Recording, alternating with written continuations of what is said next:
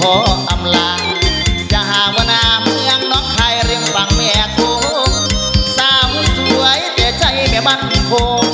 เมื่อน้ำโขงได้ลงสองฝั่งสวนยาคนน้อยเจ้าไม่เชื่อน้ำคำคนเมืองน้ำดำจนหรือไรไม่ปรารถนาขออวยพรให้เจ้าสู่ประตูวิวา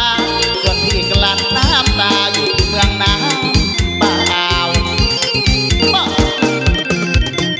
ข้ามีหน้ามีตาทนทีไปดีเถิดน้องเกี่ยวของยาพานบ้านไรเงินเปิดรอลำแบนบ้านไรแจกเกินไปเพื่อเจ้าเชื่อมกับเสาก็เลยสิน้ำเปล่ามันก็เหล่าขึ้นมาน้องใครถึงจะเป็นสั่งลาลาลาลาลาเลวลาคนเคยรักกันเคยจำนั้นเสียงกอดอ่อนระบายความรู้กับเราเคยหอมแก้มกับเราวันนี้สู่เขาหัวใจเรานิยมปวดสู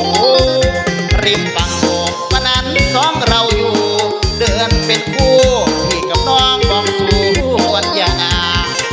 มาคุยได้ลาพยายามหัวแพงขอนน้องได้บอลเขาไก่หย่อนเสียงเบาอีกบ่อยเสียงแง่น้อยอ่อนอ่อนอ่อน